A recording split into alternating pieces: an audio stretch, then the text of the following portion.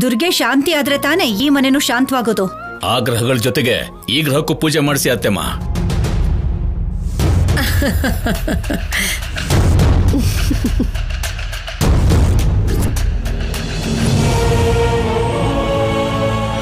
ಏನಂಗ್ ನೋಡ್ತಾ ಇದೀಯಾ? ಇರೋದನ್ನೇ ತಾನೇ ಹೇಳಿದ್ದು. ನಾನಲ್ಲ, ಈ ಮನೆಗೆ ಅಂಟ್ಕೊಂಡಿರೋ ಗ್ರಹಗಳೆಲ್ಲ ಆ ಸಿದ್ದು ಸಂಪದ ರೂಪದಲ್ಲೇ ಇದಾವೆ. ಆ ಗ್ರಹಗಳ ಪೀಡೆ ತೊಲಗಬೇಕು ಅಂತಂದ್ರೆ ಪೂಜೆ ಮಾಡಿಸ್ಲೇಬೇಕು. ಈ ಏರ್ಪಾಡು ಮಾಡಿ ಮುಗಿಯೋಷ್ಟ್ರಲ್ಲಿ ರಾತ್ರಿ ಆಗ್ಬಿಡುತ್ತಲ್ಲಮ್ಮ. ಆದ್ರೂ ತಪ್ಪಲ್ಲ ಅಲ್ವೇನಮ್ಮ? ಗೃಹ ಶಾಂತಿ ಮಾಡಿಸ್ಲಿಲ್ಲ ಅಂದ್ರೆ ನೋವುಗಳು ಹೀಗೆ ಇರುತ್ತೆ. ನಿನ್ನ ಮಗಳು ಯಾವ ಕ್ಷಣದಲ್ಲಿ ಮನೆ ಕಾಲಿಟ್ಲೋ ಏನೋ, ಆ ಕ್ಷಣದಿಂದಾನೆ ಆ ಸಿದ್ದು ಸಂಪದ ರಾಹು ಕೇತುಗಳ ತರ ನಮ್ಮನ್ನ ನುಂಗೋದಕ್ ನೋಡ್ತಾ ಇದ್ದಾರೆ. ದಮಯಂತಿ, ಪ್ರತಿಯೊಂದಕ್ಕೂ ನನ್ನ ಮಗಳೇ ಕಾರಣ ಅನ್ನೋ ತರ ಯಾಕೆ ಮಾತಾಡ್ತೀಯ ನೀನು? ಅವಳು ಏನೇ ಒಳ್ಳೇದು ಮಾಡಿದ್ರು ನಿನ್ ಕಣ್ಗಂತೂ ಕೆಟ್ಟದಾಗೆ ಕಾಣಿಸ್ತಿರತ್ತೆ. ಅಮ್ಮ, ಅತ್ತೆ ಅನ್ನೋ ಪದಕ್ಕೆ ಅನ್ನೋ ಹಕ್ಕಿದೆ, ಅನ್ಲಿ ಬಿಡು.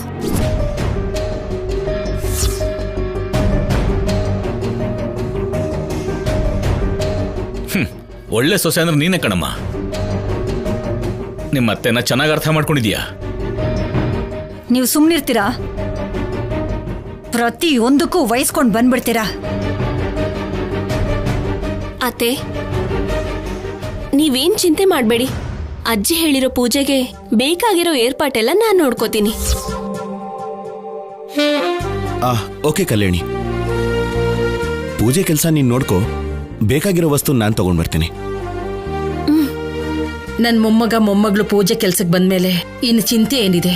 ಬಾಲಾಜಿ, ಪುರೋಹಿತರು ಏನೇನ್ ಬೇಕು ಅಂತ ಹೇಳಿದ್ರು ಆ ಲಿಸ್ಟ್ ಕೊಡಿಲಿ, ನಾನು ಹೋಗಿ ತಗೊಂಡ್ ಬರ್ತೀನಿ. ಆ ಕೆಲಸ ನಿಮ್ಗೆ ಯಾಕೆ ಯಜಮಾನ್ರೆ, ನೀವು ಹೋಗಿ ರೆಡಿ ಆಗಿ, ಅದನ್ನೆಲ್ಲ ನಾನು ತಗೊಂಡ್ ಬರ್ತೀನಿ ಬಿಡಿ. ಸರಿ. ಈ ವಿಷಯನ ಆ ಆಧಾರನ್ ಬಚ್ಚಿಟ್ಟಿರೋ ಫೈಲ್ ಬಗ್ಗೆ ಸಂಪದಾಗೆ ಆದಷ್ಟು ಬೇಗ ಹೇಳಬೇಕು. ಇವ್ರ ಏರ್ಪಾಡು ಇವ್ರು ಮಾಡ್ಕೋತಿದ್ರೆ ತನ್ನ ಏರ್ಪಾಡು ತಾನು ಮಾಡ್ಕೋತಾಳೆ. ನಡೀರಿ, ಏರ್ಪಾಡೆಲ್ಲ ಮಾಡೋಣ. ಏನೋ ಘನಕಾರ್ಯ ಮಾಡ್ತಿರೋ ಹಾಗಿದ್ಯಾ? ಅಯ್ಯೋ, ಅದೇನೂ ಇಲ್ಲ ರೀ. ಅತ್ತೆ ನನಗೆ ಕಲಶ ಸ್ವಚ್ಛ ಮಾಡು ಅಂದ್ರಲ್ಲ, ಅದಕ್ಕಷ್ಟು ಅವಸರ ಯಾಕೆ? ಅಂದ್ರೆ ಟೈಮ್ ಇಲ್ಲ ಅಲ್ವಾ ರೀ, ಅದಕ್ಕೆ ಅಂತ. ಸರಿ, ಹೋಗು, ಹೋಗಿ ಆ ಕೆಲಸ ನೋಡ್ಕೋ.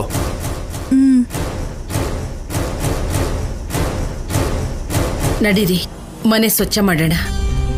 ನೀವೇನ್ ಬರ್ಬೇಡಿ ಅಜ್ಜಿ, ನಾನ್ ಮಾಡ್ತೀನಿ ಅಂತ ಹೇಳಿದ್ನಲ್ವಾ.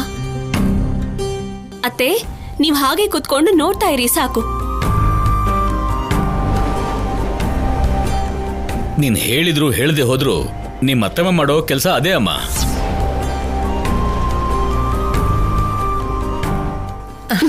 ನಡೀರಿ, ಏರ್ಪಾಡೆಲ್ಲ ಮಾಡೋಣ.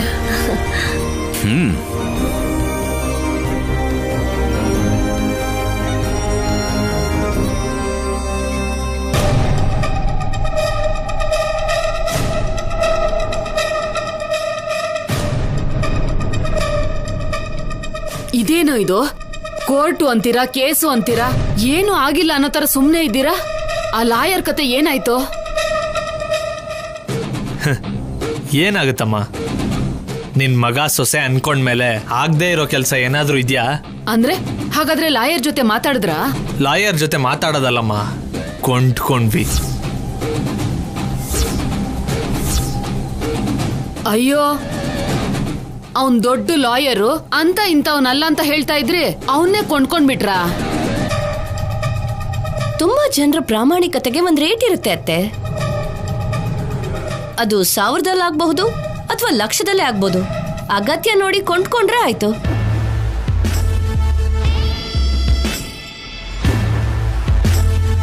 ಲಾಯರ್ನ ಕೊಂಡ್ಕೊಂಡ್ರಿ ಒಳ್ಳೇದೆ, ಆದ್ರೆ ಮತ್ತೆ ಸಂಪದ ಕೋರ್ಟಲ್ ಗೆದ್ದ ಹಾಗೆನಾ? ಚಿಕ್ಕ ಸಮಸ್ಯೆ ಆ ಶೌರ್ಯನ್ ಮನೇಲಿದೆ ಅಮ್ಮ. ಅದು ನಮ್ ಕೈಗೆ ಬಂದ್ರೆ ಸಂಪದ ಗೆದ್ದಾಗೆ. ಏನಪ್ಪ ಅದು? ಪಲ್ಲವಿ ಚಿಕ್ಕಮ್ಮ ಹೇಳಿದ್ರಲ್ಲ, ಎಲ್ಲೋ ಫೈಲಲ್ಲಿ ನಮ್ ಬದುಕಿದೆ, ಅದನ್ ಪಡ್ಕೊಳ್ಳೋದಕ್ಕಾದ್ರೆ ಸಾಕು. ಆ ಮನೆಗ್ ಹೋಗಿ ಅದನ್ನ ಯಾರ್ ತಗೊಂಡ್ ಬರೋದು? ನೀವೇ ಅತ್ತೆ. ಹ? ನಾನಾ? ಏನಿದು? ನನ್ನನ್ನ ಆ ಮನೆಗ್ ಕಳ್ಸಿ ನನ್ನನ್ನ ಸಾಯಿಸ್ಬೇಕು ಅನ್ಕೊಂಡಿದ್ಯಾ? ನಾನು ಹೋಗಿ ರಿಸ್ಕ್ ತಗೊಳಕ್ಕಾಗಲ್ಲ ಅಮ್ಮ. ನೀನು ಸಂಪದ ಹೋಗಿ ಕೆಲಸ ಮಾಡಿ ಮುಗಿಸ್ಬೇಕು. ನಮಗ್ ಮಾತ್ರ ಅದು ಹೇಗ್ ಸಾಧ್ಯ ಅಂತ. ಅದಕ್ಕೂ ಒಂದು ದಾರಿ ಇದೆಯಮ್ಮ. ನಾಳೆ ಅವ್ರ ಮನೇಲಿ ಒಂದು ಪೂಜೆ ನಡೀತಿದೆ, ಅದಕ್ಕೆ ನೀವು ಹೋಗ್ತೀರಾ?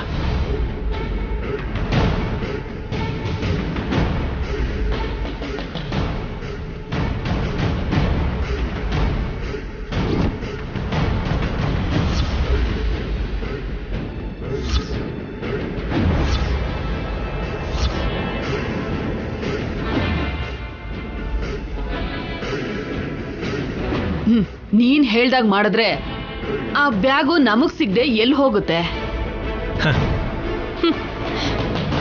ನಮ್ ಜೊತೆ ಇಟ್ಕೊಂಡಿದ್ದಕ್ಕೆ ಶೌರ್ಯ ಅವ್ರ ಬ್ಯಾಡ್ ಟೈಮು ಸ್ಟಾರ್ಟ್ ಆಗಿದೆ ಅತ್ತೆ.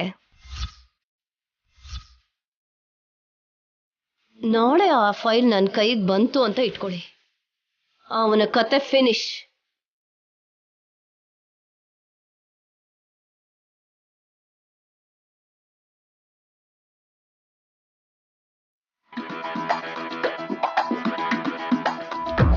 ಹೆಂಡತಿಗೋಸ್ಕರ ಗಂಡ ಅವಾಗವಾಗ ಇಂಥ ಕೆಲಸ ಮಾಡಬೇಕು. ಅವಳ ಕಣ್ಣಲ್ಲಿ ಸಂತೋಷ ನೋಡ್ಬೇಕು.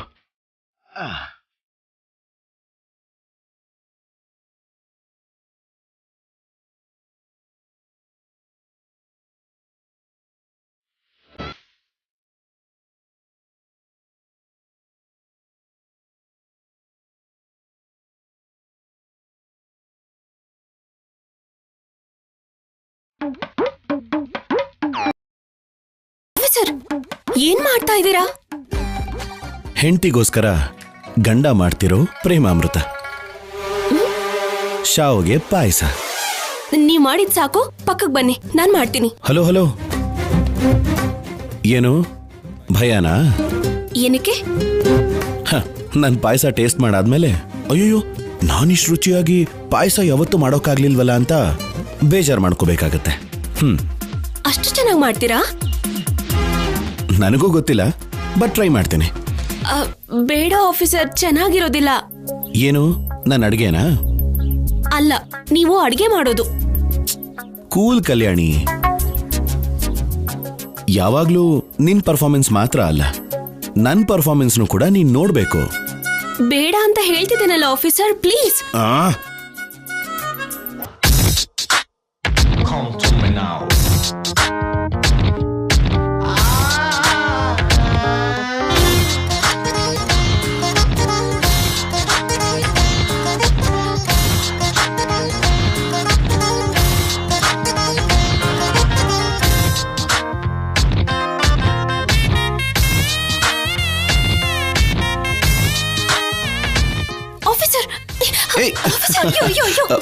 ಏನು ಈ ಕೆಲ್ಸ?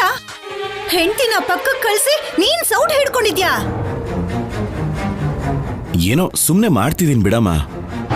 ಈಗ ತಮಾಷೆ ಅಂತಾನೆ ಅನ್ಸುತ್ತೆ ಕಣೋ. ಒಂದ್ಸಲ ಹೆಂಡತಿಗೆ ಈ ತರ ಅಭ್ಯಾಸ ಮಾಡಿಸ್ತೆ ಅಂತಂದ್ರೆ ಪ್ರತಿದಿನ ನೀನೇ ಅಡ್ಗೆ ಮಾಡಿ ಬಡಿಸ್ಬೇಕಾಗತ್ತೆ. ಅವ್ರಿಗೆ ಅಡ್ಗೆ ಮಾಡಿ ಅಂತ ನಾನ್ ಹೇಳಿಲ್ಲ ಅತ್ತೆ. ನೀನ್ ಹೇಳಲ್ವೇ, ಆದ್ರೆ ಮಾಡಿಸ್ತೀಯಾ? ನಿನ್ ಬಗ್ಗೆ ನನಗ್ ಗೊತ್ತಿಲ್ವಾ? ಶೌರ್ಯ, ಬರೋ ಆಚೆ. ನಾನು ಹೆಂಡತಿಗೋಸ್ಕರ ಮಾಡ್ತಿದ್ದೀನಿ, ನನಗ್ ಮಾಡ್ಬೇಕು ಅನ್ನಿಸ್ತು ಮಾಡ್ತಿದ್ದೀನಿ, ಮಾಡೋಕ್ ಬಿಡಮ್ಮ.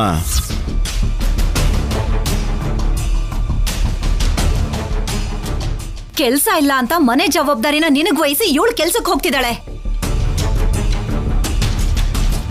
ಹೀಗೆ ಅಡ್ಗೆ ಮಾಡಿ ಬಡ್ಸಿದ್ರೆ ನಾಳೆ ಅಡ್ಗೆ ಮನೆ ಜವಾಬ್ದಾರಿನೂ ನಿನ್ಗೆ ಕೊಟ್ಟು ಬಿಡ್ತಾಳೆ ಕಣೋ.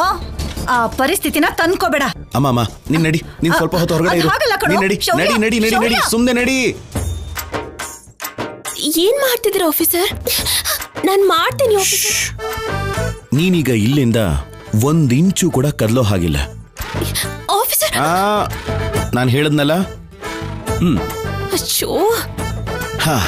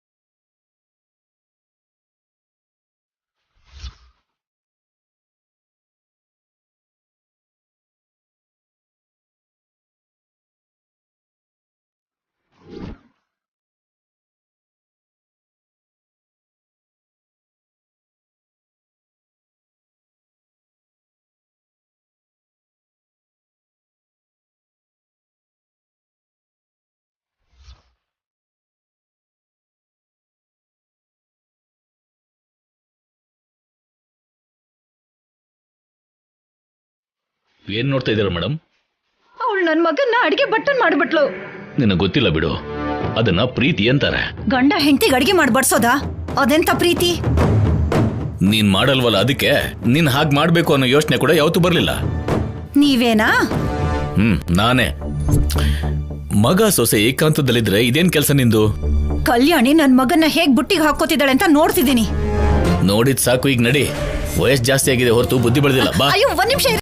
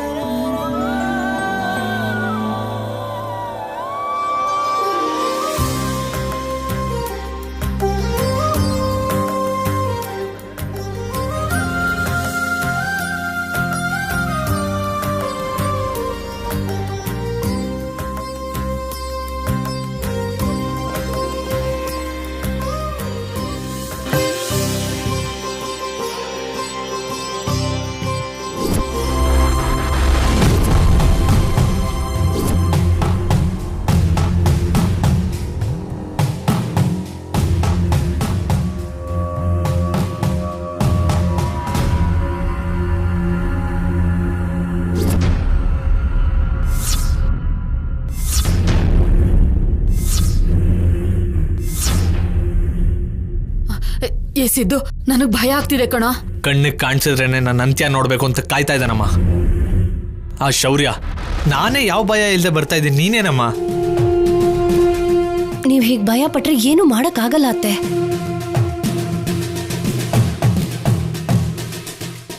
ಈ ನವಧಾನ್ಯಗಳನ್ನ ಅಲ್ಲಿಡಮ್ಮ.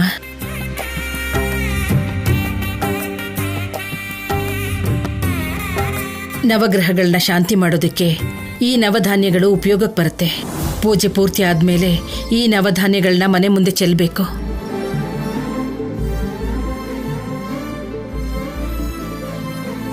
ಯಾಕಮ್ಮ? ಇದು ಮೊಳಕೆ ಒಡಿತು ಅಂದ್ರೆ ಒಳ್ಳೇದಾಗತ್ತೆ ಅಂತ ಅರ್ಥ. ನೋಡೋಣ ಏನ್ ನಡೆಯುತ್ತೋ ಅಂತ. ನಾವೆಲ್ಲರೂ ಮನೆಗೆ ಒಳ್ಳೇದಾಗ್ಲಿ ಅಂತ ಇಷ್ಟು ಶ್ರದ್ಧೆಯಿಂದ ಪೂಜೆ ಮಾಡ್ತಿರುವಾಗ ಒಳ್ಳೇದಾಗೇ ಆಗುತ್ತಮ್ಮ. ಶೌರ್ಯ ಕಲ್ಯಾಣಿಯಲ್ಲಿ ಆ ಶಿವ ಪಾರ್ವತಿ ಹಾಗೆ ನನ್ನ ಮೊಮ್ಮಗಳು ಕೂತ್ಕೊಂಡ್ರೆ ಅಷ್ಟೇ ಸಾಕು. ಕೂತ್ಕೊಳ್ಳಿ. ನಮಸ್ಕಾರ ಅಮ್ಮ. ನಮಸ್ಕಾರ ಪುರೋಹಿತ್ರೆ. ಪೂಜೆಗೆ ಬೇಕಾಗಿರೋ ಎಲ್ಲಾ ಏರ್ಪಾಡುಗಳನ್ನ ಮಾಡಿರೋ ಹಾಗಿದೆ. ಹೌದು ಪುರೋಹಿತ್ರೆ. ಅಮ್ಮ ಬರ್ತೀನಿ ಅಂದ್ಲು, ಯಾಕೆ ಏನು ಅನ್ನೋದನ್ನ ಹೇಳಲೇ ಇಲ್ಲ. ಅಮ್ಮ ಬಂದ್ಲು ಅಂದ್ರೆ ಇವರೆಲ್ಲರೂ ಸುಮ್ಮನೆ ಇರ್ತಾರಾ?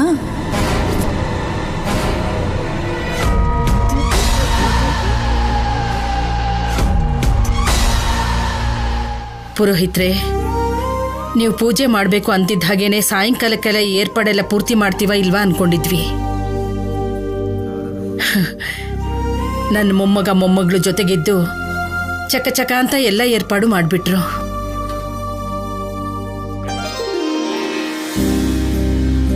ಮನ್ಸಲ್ಲಿ ಸಂಕಲ್ಪ ಮಾಡ್ಕೊಂಡು ಶುರು ಮಾಡಿದ್ರೆ ಅನ್ಕೊಂಡಿರೋದು ನೆರವೇರುತ್ತೆ. ಅಲ್ದೆ ಇದು ದೇವ್ರ ಪೂಜೆ, ಆ ತಾಯಿ ಅನುಗ್ರಹ ಕೂಡ ಇರುತ್ತೆ.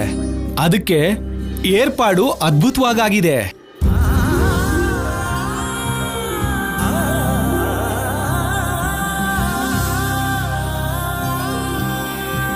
ಇನ್ನು ಬರ್ಬೇಕಾಗಿರೋರು ಯಾರಾದ್ರೂ ಇದಾರಾ ಅಮ್ಮ? ಇರ್ಬೇಕಾಗಿರೋರೆಲ್ಲ ಇಲ್ಲೇ ಇದ್ದಾರೆ. ನೀವೀಗ ಪೂಜೆ ಶುರು ಮಾಡಿ. ಆಯ್ತಮ್ಮ.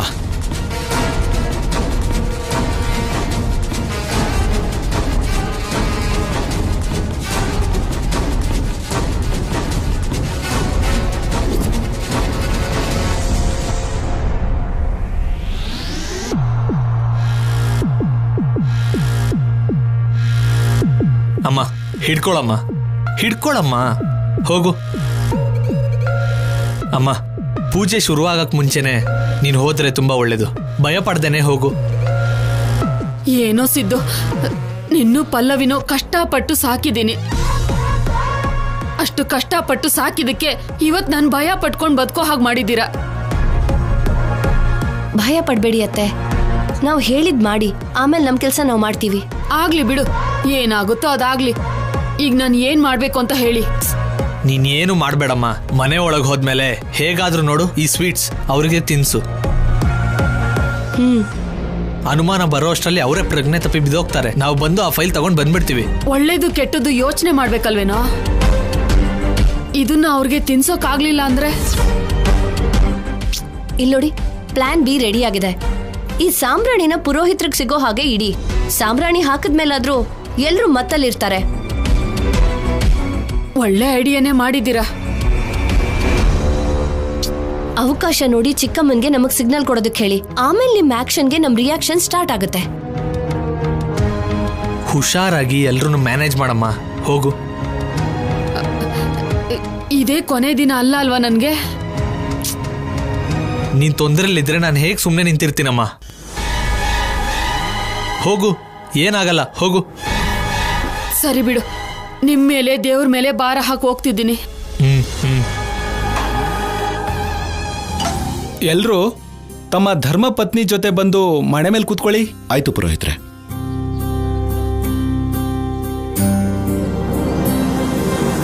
ಪುರೋಹಿತ್ರ ಹೇಳಿದ್ದು ಜೋಡಿಗಳನ್ನ ಅನುಪಮ.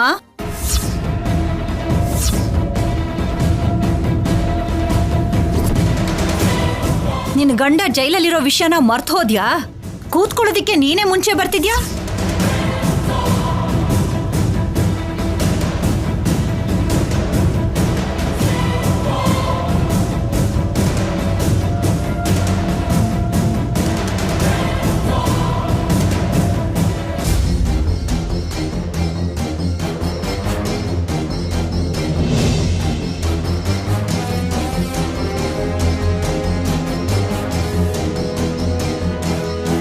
ನಾನೇನು ಕೂತ್ಕೋಬೇಕು ಅಂತ ಬರ್ಲಿಲ್ಲ ದಮಯಂತಿ. ಶೌರ್ಯ ಕಲ್ಯಾಣಿ ಕೂತ್ಕೊಳಕ್ಕೆ ಆ ಮಣೆನ ಸರಿ ಮಾಡೋದಕ್ ಬಂದೆ. ಅಷ್ಟ್ರಲ್ಲೇ ಆತರ ಪಡ್ತೀಯಲ್ಲ ನೀನು. ನಾನೇನ್ ಆತರ ಪಟ್ಟೆ? ನಿನ್ನ ಪುಣ್ಯನ ಇಲ್ಲ ನಿನ್ ಮಗಳ ಪುಣ್ಯನ ಅಂತ ನಮ್ ಜೀವನದಲ್ಲಿ ಸಾಕಾಗಿ ಹೋಗಿ ಹೀಗೆ ಪೂಜೆ ವ್ರತ ಮಾಡಿಸ್ಬೇಕಾಗಿ ಬಂದಿದೆ.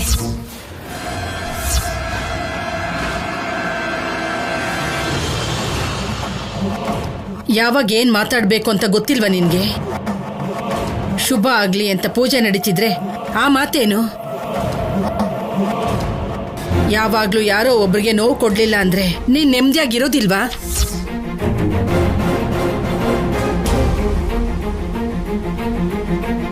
ಪುರೋಹಿತರು ಧರ್ಮಪತ್ನಿ ಜೊತೆ ಕೂತ್ಕೊಳ್ಳಿ ಅಂದ್ರು.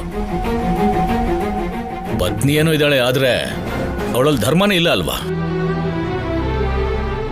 ಶಿವರಾಮ್, ಅವಳ ಗೋಳು ಯಾವಾಗ್ಲೂ ಇರೋದೇ ಅಲ್ವಾ? ನಾವುಗಳು ನೆಮ್ಮದಿಯಾಗಿದ್ರೆ ಸಾಕು. ನಿಶ್ಚಲವಾಗಿರೋ ನೀರ್ಗೆ ಕಲ್ಲು ಎಸ್ದ ಹಾಗೆ ಏನೋ ಒಂದು ಅಂದೇನೆ ಇರೋದಿಲ್ಲ. ಶೌರ್ಯ, ಕಲ್ಯಾಣಿ, ನೀವು ಕೂತ್ಕೊಳ್ಳಿ. ಚಿನ್ನಿ, ನೀವು ಕೂಡ ಕೂತ್ಕೊಳ್ಳಿ.